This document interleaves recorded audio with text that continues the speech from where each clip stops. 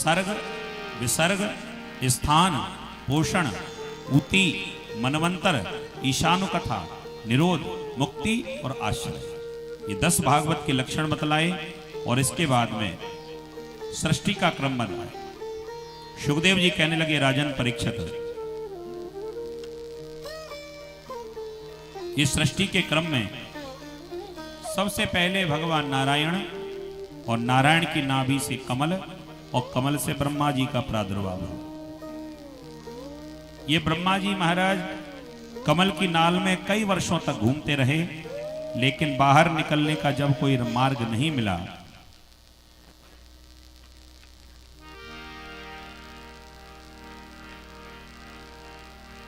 बोलिए भक्त वत्सल भगवान की। जब बाहर निकलने का मार्ग नहीं मिला तब कानों में एक शब्द सुनाई पड़ा, तपह तपह तपह। ब्रह्मा जी ने अंदाजा लगा लिया कि तपस्या करने से ही मार्ग मिले। ब्रह्मा जी बैठ गए तपस्या करने के लिए। ब्रह्मा जी ने जब तपस्या की तो भगवान प्रसन्न हुए, भगवान प्रकट हुए। भगवान ने ब्रह्मा जी से पूछा, हे ब्रह्मा जी, आप एक स्थान पर बैठ क्यों गए? महाराज मुझे कोई मार्ग ही नहीं मिला, मुझे तो यही नहीं पता कि मेरा जन्म ही क्यों हुआ है। तब भगवान ने कहा कि एको हम बहुश्यामी, मैं एक से अनेक होकर लीला करना चाहता हूं, इसलिए तुम्हें मैं ये आज्ञा देता हूं कि तुम सृष्टि का सृजन करो। ठीक है महाराज। भगवान अंतर्ध्यान हुए और ब्रह्मा जी ने सृष्टि को रचना शुरू किया। सर्वप्रथम ब्रह्मा जी ने मानसिक सृष्टि आरंभ की, मन से सृष्टि बनाई। 4 बालकों को जन्म दिया, सनक, सनंदन, सनातन और सनत कुमार। ये 4 बालकों का जब जन्म हुआ, ब्रह्मा जी ये चाहते थे ये 4 बालक चारों दिशाओं में जाएंगे और सृष्टि को आगे बढ़ाएंगे, लेकिन चारों बालकों ने एक ही स्वर में मना कर दिया, पिताश्री हम सृष्टि के चक्कर में नहीं पड़ना चाहते, हम तो बैठकर भगवान का भजन करना चाहते हैं, इसलिए हमें क्षमा करें। ब्रह्मा जी को आया क्रोध। चारों बालकों ने जब मना किया तो ब्रह्मा जी ने चारों बालकों को दे दिया शाप, हमारे बालक होकर हमारी बात नहीं मानते हो, जाओ हम तुम्हें शाप देते हैं, तुम चारों कभी भी बड़े होगे ही नहीं, 5 वर्ष से आगे तुम्हारी आयु बढ़ेगी ही नहीं। अब तो चारों बालक प्रसन्न होकर कहने लगे, पिताश्री ये तो हमारे लिए शाप नहीं, ये तो आशीर्वाद हो गया। कैसे? कह दिया, जब हमारी आयु 5 वर्ष से ऊपर बढ़ेगी नहीं तो हमारे मन में किसी भी प्रकार का विकार उत्पन्न नहीं होगा, और जब विकार मन में नहीं आएगा, ऐसे निर्विकार मन में ही तो भगवान का वास होता है। चलेगा ये तो तपस्या करने के लिए। ब्रह्मा जी की भ्रकुटी से एक बालक प्रकट हुआ, क्योंकि ब्रह्मा जी ने चारों पुत्रों पर जब क्रोध किया तो ब्रह्मा जी का क्रोध एक रूप लेकर प्रकट हुआ, और वो रूप कोई और नहीं था, साक्षात भोले बाबा ही रुद्रावतार लेकर प्रकट हो गए।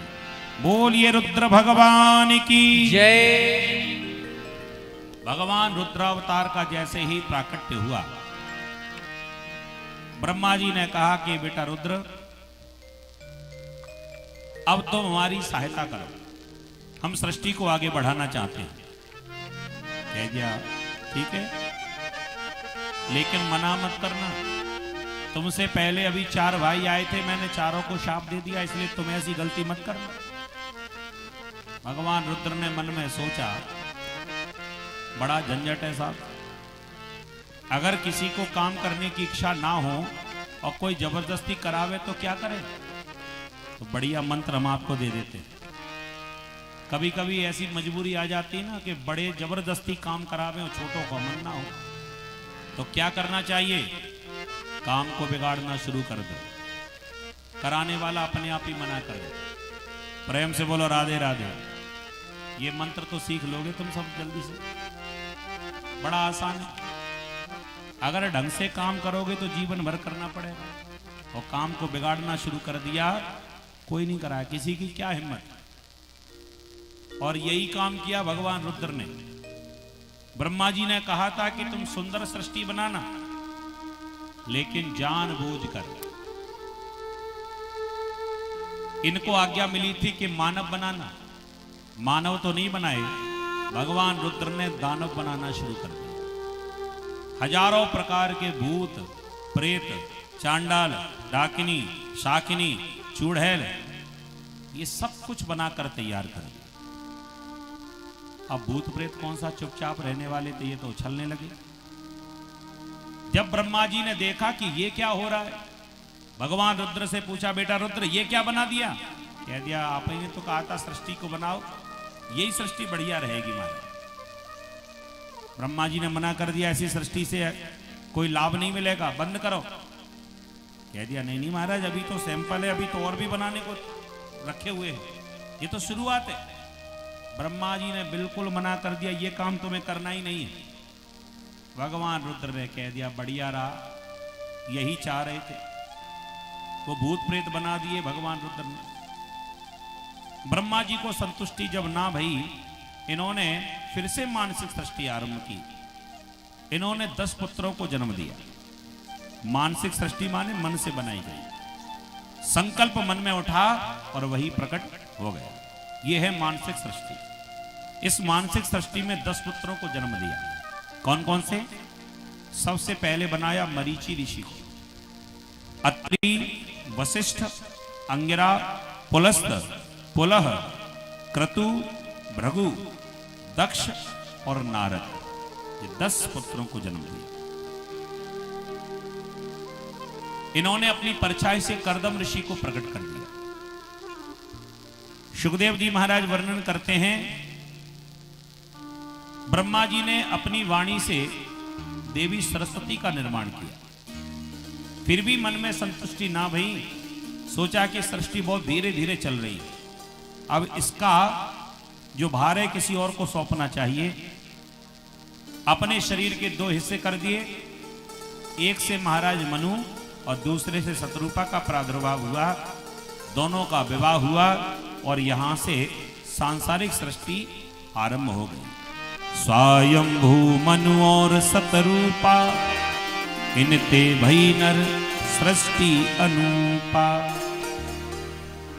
यहां से नर सृष्टि आरंभ हुई। लेकिन भैया जब कोई अच्छा काम करो ना तो विघ्न पहले आ जाता। ये तो पुरानी परंपरा। बहुत अच्छा काम होने के लिए जा रहा था, ये संसार की जब उत्पत्ति हो रही थी तो विघ्न पहले आ गया। और वो विघ्न कौन है? एक बहुत बड़ा राक्षस है जिसका नाम है हिरण्याक्ष। हिरण्याक्ष ने सोचा कि पृथ्वी, इस पृथ्वी के ऊपर ही ये सृष्टि को रचा जाएगा, तो क्यों ना पहले पृथ्वी को ही चुरा लो। ये दैत्य कोई अच्छा काम तो होने नहीं देते। परीक्षित जी ने पूछा, महाराज ये बताओ ये हिरण्याक्ष कौन है? तब कह दिया, राजन ये हिरण्याक्ष और हिरण्यकश्यप, ये 2 भाई हैं। ये कश्यप ऋषि की संतान हैं और ये बड़े बलशाली हैं। इन्हें कोई मार भी नहीं सकता, क्योंकि भगवान से पहले ही वरदान प्राप्त कर लिया कि केवल भगवान ही मार सकते हैं। पिछले जन्म की कथा सुनाई। ये हिरण्याक्ष और हिरण्यकश्यप भगवान के पार्षद हुआ करते थे। ये बैकुंठ में रहा करते थे। एक का नाम था जय और एक का नाम था विजय। पुरानी कथा सुना दी पिछले जन्म की। राजन, द्वारपाल हरि के प्रिय 2, जय और विजय जाने सबको। ये द्वारपाल हुआ करते थे। एक का नाम था जय, एक का नाम था विजय। इनको शाप क्यों मिला? विप्र शापते दोनों भाई, तामस अधम देह तिन पाई। एक बार ब्रह्मा जी के मानस पुत्र सनक, सनंदन, सनातन, सनत कुमार, ये चारों कुमार बैकुंठनाथ का दर्शन करने के लिए गए और जय विजय ने दरवाजे पर रोक ली। कहां जा रहे हो? चारों कुमारों ने कहा बैकुंठनाथ का दर्शन करने के लिए जा रहे हैं। चारों कुमारों ने देखकर कह दिया कि सुनो, यहां पर हर कोई नहीं आता, ये छोटे छोटे बालकों का यहां पर कोई काम नहीं है, चलो भागो यहां से। चारों कुमारों ने समझाया कि भैया हमारे रूप पर मत जाना, हमारी आयु चाहे 500 वर्ष की भी हो जाए लेकिन दिखाई हम 5 ही वर्ष के पड़ेंगे, क्योंकि ये आशीर्वाद हमारे पिताजी ने हमें दिया। तो जय विजय नहीं माना। जय विजय ने वहां पर भीतर घुसने नहीं दिया और भगा दिया वहां से। चारों कुमारों ने कहा कि वैसे तो हो भगवान के प्रिय पार्षद, लेकिन ये दैत्यों की तरह काम करने लगे हो, तुम्हें अपने इस पद का अभिमान है तो जाओ, हम तुम्हें शाप देते हैं, 3 जन्मों के लिए तुम्हें राक्षस बनना पड़ेगा। विप्र शाप ते दूनों भाई, तामस अदम देह तिन पाई, मुकुत न भय हते भगवाना, 3 जन्म दुज वचन प्रमाणा। 3 जन्मों के लिए राक्षस बने। जय विजय दौड़ कर गए भगवान के पास। महाराज गजब हो गया, क्या हुआ? हमें 3 जन्मों के लिए राक्षस बनने का शाप मिल गया। भगवान ने कहा तो फिर बन जाओ। अरे महाराज हम आपकी नौकरी करते हैं, ऐसे कोई ऐरा गहरा भीतर ना आ जाए इसलिए हमने उन्हें रोक दिया था, हमें क्या पता था इतने नाराज हो जाएंगे। भगवान ने समझाया, जय विजय हमने कितनी बार तुम्हें कहा है, कोई संत आ जाए, कोई वैष्णव आ जाए, ब्राह्मण आ जाए, मेरे भक्त आ जाएं, तो समय मत देखना, उन्हें तो भीतर आने देना। लेकिन तुमने मेरी बात नहीं मानी। अब तुमने जो कार्य किया है, जो पाप किया है, अब उसका भुगतान तो तुम्हें करना पड़ेगा, भोगना पड़ेगा। महाराज 3 जन्मों के लिए राक्षस बनेंगे। भगवान ने कहा कोई बात नहीं, आगे आगे तुम चलो, पीछे पीछे हम भी आ रहे हैं, हम भी लीला करना चाहते हैं। तो वही जय और विजय 3 जन्मों के लिए राक्षस बने। पहले जन्म में यही दोनों हिरण्याक्ष और हिरण्यकश्यप बनकर आए। दूसरे जन्म में यही दोनों रावण और कुंभकर्ण बनकर आए। तीसरे जन्म में यही दोनों शिशुपाल और दंतवक्र बनकर आए। हाथ जोड़कर दोनों कहने लगे, महाराज इतने दिनों से आपकी नौकरी कर रहे थे, बदले में हमें कुछ मिलेगा कि नहीं? पूछा कि क्या चाहिए? महाराज यही चाहिए, पहला वरदान तो ये कि राक्षस बन जाएंगे, आपका माला झोली लेकर भजन तो नहीं कर पाएंगे, होए भजन नहीं तामस देहा, भजन तो नहीं कर सकते। लेकिन महाराज हमें ऐसा आशीर्वाद दो, चाहे शत्रु भाव से ही सही, चाहे बैर भाव से ही सही, लेकिन जीवन भर आप ही को याद करते रहें। भगवान ने कहा तथास्तु।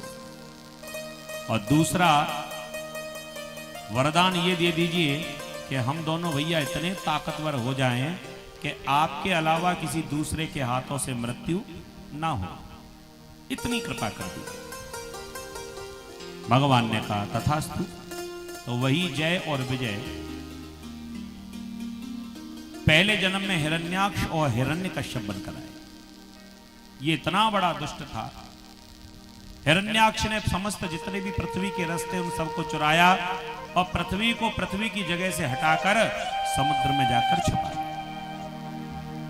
ब्रह्मा जी ने ये शिकायत भगवान से की कि प्रभु जब पृथ्वी अपनी जगह पर नहीं रहेगी तो सृजन कैसे होगा?